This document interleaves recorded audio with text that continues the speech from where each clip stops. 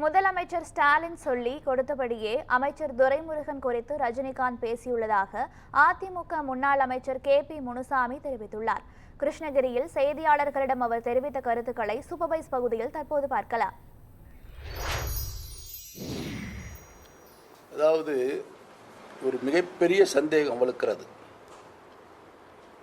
திரு ஏவா வேலு அவர்கள் எழுதிய புத்தகத்தை வெளியீட்டு விழாவிலே நடிகர் ரஜினிகாந்த் அவர்களை பெற்றுக்கொள்வதற்காக கட்சியினுடைய தலைவர் திரு ஸ்டாலினுடைய அனுமதியோடு ஏவாவில் இந்த நிகழ்ச்சி ஏற்பாடு செய்திருக்கிறார். எங்களுக்கு வருகிற சந்தேகம் என்னவென்று சொன்னால், ஸ்டாலின் அவர்கள் சொல்ல வேண்டிய கருத்தை நேரடியாக பொது மேடையிலே சொல்ல முடியாத ஒரு சூழல் இருக்கின்ற காரணத்தினால் திரு ரஜினிகாந்த் அவர்களை வைத்து இந்த சீனியர்களை வெளியேற்றுவதற்கு ஒரு அச்சாரத்தை, ஒரு பிள்ளையார் சொல்லியை திரு ஸ்டாலின் அவர்கள் போட்டிருக்கிறார் என்றே நான் கருதுகிறேன். அதற்குரிய காரண காரியங்களும் சரியாகவே வந்து கொண்டிருக்கிறது.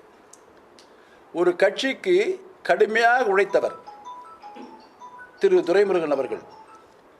துரைமுருகன் அவர்களை வளர்த்தவர் புரட்சித் தலைவர் எம்ஜிஆர், வளர்த்து ஆளாக்கியவர் புரட்சித் தலைவர் எம்ஜிஆர்.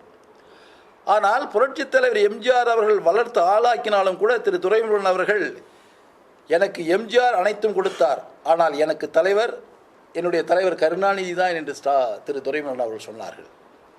அப்படி தனக்கு தலைவர் கருணாநிதி என்று சொன்ன ஒரு நல்ல பிடிப்புள்ள ஒரு தலைவரை, ஒரு இரண்டாம் நிலையில் இருக்கின்ற தலைவரை 1000 பேருக்கு முன்பாக ஒரு சம்பந்தமில்லாத ஒரு மூன்றாவது மனிதர் அவமானப்படுத்துகின்ற வகையிலே ஒரு கருத்தை சொல்லுகிறார்.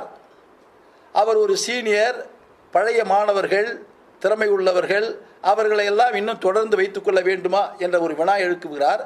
அதை வினா எழுப்புகின்ற பொழுது திரு ஸ்டாலின் உள்பட அந்த மேடையில் இருக்கின்றவர்கள் அத்தனை பேரும் சிரிக்கிறார்கள் என்று சொன்னால்,